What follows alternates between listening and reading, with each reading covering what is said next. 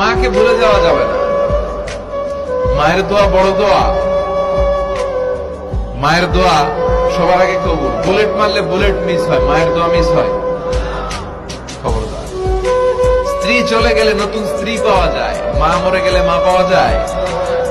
তাই বলে আমি বলছি না আপনার স্ত্রীকে ডিভোর্স দেন না, বুঝান।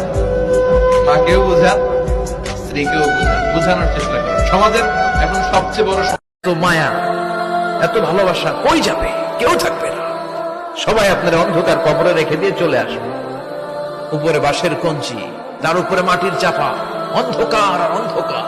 এই অন্ধকার যেন শেষ হতে চায় না, শুধুই অন্ধকার, ঠিক কিনা?